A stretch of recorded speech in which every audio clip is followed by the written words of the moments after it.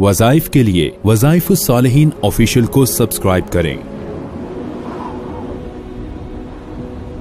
وظائف الصالحین آفیشیل۔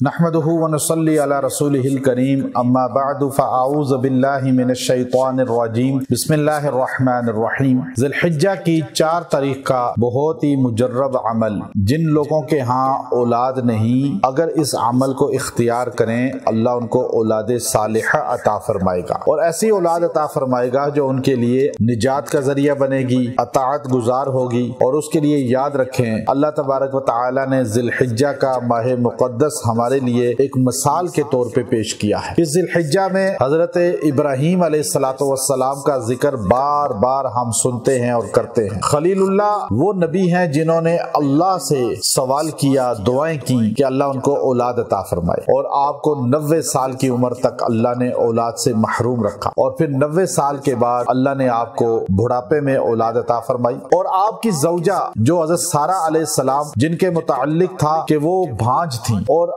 آپ کو جب فرشتے آ کے بشارت دیتے ہیں، اور جبرائیل علیہ السلام، میکائیل علیہ السلام، اسرافیل علیہ السلام انسانی شکل میں آپ کے گھر آتے ہیں اور آپ کے پاس آ کر آپ کو بشارت دیتے ہیں، یا ویلتا االد وانا عجوز وہذا بعلی شیخا، تو زوجہ سارہ یہ کہنے لگی یا ویلتا، ہائے افسوس، االد میرا بچہ ہوگا، وانا عجوز میں تو بھانج ہوں، اور بعلی شیخا اور یہ شیخ کبیر ہیں، یعنی بوڑھے ہو چکے ہیں، ہڈیاں کمزور ہو چکی ہیں ان کی، اب بچہ کیسے ہوگا؟ تو فرشتوں نے کہا اللہ دینے والا ہے، اللہ نے آپ کو بشارت کے لیے ہمیں بھیجا ہے، آپ کیوں پریشان ہوتے ہیں، آپ کیوں حیران ہوتی ہیں؟ اور اللہ نے بڑھاپے میں بیٹا عطا فرمایا اور اولاد عطا فرمائی۔ جو آدمی جس کی اولاد نہیں ہے نا امید نہ ہو، میرے پاس آتے ہیں بہت سے لوگ جن کی اولاد نہیں، نا امید ہو چکے ہیں،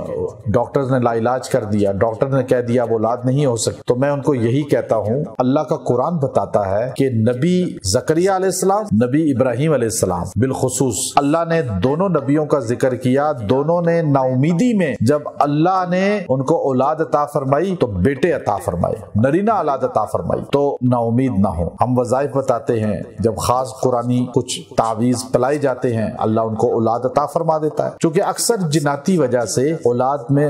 رکاوٹ ہوتی ہے۔ آج کل ہمارے ہاں معاشرے میں جناتی اثرات بہت زیادہ ہو چکے ہیں، دعائیں نہیں پڑھتے، کھانے کی، واش روم کی، موبائل دھڑا دھڑ یوز ہے، اور یہ وہ چیزیں ہیں شیاطین جہاں پہ مسلط ہوتے ہیں اور یہ باڈی میں جا کے اکثر اولاد میں رکاوٹ کا موجب بنتے ہیں۔ آپ یہ آیت کریمہ سورہ مریم کی آیت نمبر 41 اس کا یہ حصہ انہو کان صدیقا نبیا، یہ آپ 4 ذی الحجہ میں دن یا رات کسی بھی پہر کسی بھی لمحے آپ یہ 313 بار پڑھ کے دعا کریں، اللہ کے حضور مانگیں، اور پانی پہ دم کر کے رکھ لیں، یہ پانی دونوں میاں بیوی پئیں اور اس سے غسل بھی کریں تھوڑے پانی سے، اور یہ وظیفہ پڑھ لیں، اللہ ان کو اولاد عطا فرمائے گا، اولاد صالحہ عطا فرمائے گا، بے اولادی ختم ہو جائے گی۔ وآخر دعوانا ان الحمد للہ رب العالمین۔